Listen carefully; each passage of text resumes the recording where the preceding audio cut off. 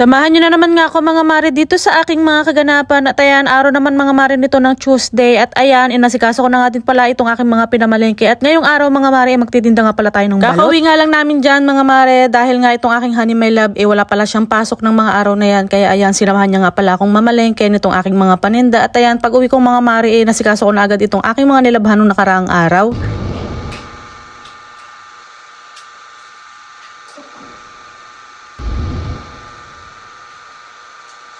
Plus 2 weeks yata kami mga mare na hindi talaga nakapaglaba kaya ayan, ang ginagawa na lang namin sa paglalaba mga mare inuunti-unti na lang talaga namin para malabhan nga din namin lahat itong mga labahin namin. Palang talaga yan siya mga mare nakakapagtiklop nitong mga labahin pero ayan, meron na naman nga talaga tayong nakatambay na mga labahin dyan at ayan, inasikaso ko na nga din yan mga mare at pinagpilian ko na nga rin para malabhan ko na nga din lahat ngayong araw. Minsan talaga mga mare, feeling ko challenging talaga tong pagiging isang nanay dahil nabibilib din ako mga mare sa sarili ko dahil minsan sa mga gawaing bahay talaga nakakaya ko talaga siyang gawin sa araw-araw kahit nga nakakapag-part-time pa tayo ng trabaho sa labas pa minsan-minsan. Aminin ko nga sa inyo mga mare, yung pagiging isang nanay ko talaga, minsan nakakaramdam talaga ako ng pagod, stress, yamot, galit, lahat-lahat na. Pero syempre mga mare, dahil nanay tayo, kailangan lang talaga nating magpahinga tapos kikilos ulit tayo. Syempre mga mare, hindi naman tayo perfect na ina. Paminsan-minsan talaga, nag-aaway din talaga kami nung panganay ko. Minsan naman mga mare, yung aking honey my love, hindi talaga namin naiiwasan na talaga nagbubulyawan sa isa't isa. Nga lang paminsan-minsan mga mare, yung bulyawan nga namin ng aking honey my love. Sa totoo lang, araw-araw talaga kaming nagsisigawan at araw-araw talaga kaming nagagalit sa isa't isa. Pero ganun lang din kami mga mare tapos maya-maya okay na kami. At syempre, paminsan-minsan mga mare, nandun talaga yung time na talagang nakakapagsalita kami sa isa't isa ng hindi maganda. Pero syempre mga mare, ganun lang din naman at maya-maya din okay na rin kami. Kaya lang mga mare, minsan talaga namang nagagalit ang mare ninyo. Pero kasi kami mga maring nasasabi sa isa't isa na hindi naman talaga dapat naming sabihin. Pero dahil nga galit kami sa isa't isa, lumalabas na lang talaga sa bibig naming pareho. Kasi talaga mga mare, yung pinag-aawayan namin yung mga gawain lang dito sa loob ng bahay, paminsan-minsan naman itungkol sa pera, pero sabi nga nila mga mare, wag natin pag-aawayan yung pera dahil malas nga daw yun. Parang hirap kasi talaga mga mare kapag pareho talaga kayong walang trabaho, yung tipong yung trabaho mo pahinto-hinto talaga at hindi nga straight, kaya talagang minsan, syempre mga mare, nabibitin talaga tayo sa budget, kaya ayan, minsan nakapag-aawayan nga namin. Syempre mga mare, nagpapasalamat pa rin talaga ako sa Panginoon sa araw-araw dahil nabibilib din ako sa kanya mga mare dahil kahit walang-wala kami mga mare, gumagawa talaga na siya ng way para magkaroon kami at makakain. Oo, napaka-OA mo.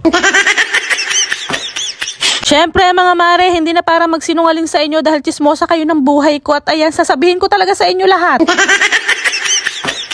Syempre mga mare, ang importante naman pareho talaga kaming dumidiskarte sa buhay para mabuhay kami at para may pambaon din yung aming mga anak. Natapos na nga lang talaga mga mare itong aking mini vlog na hindi ko na talaga nasabi yung mga laman nito pero ayan, nag-MMK na lang talaga yan siya sa video niya. O siya mga mare, hanggang dito na nga lang. Baka nga maikwento ko pa sa inyo na hindi talaga nakakabili ang babae at puro butas na lang ang panty.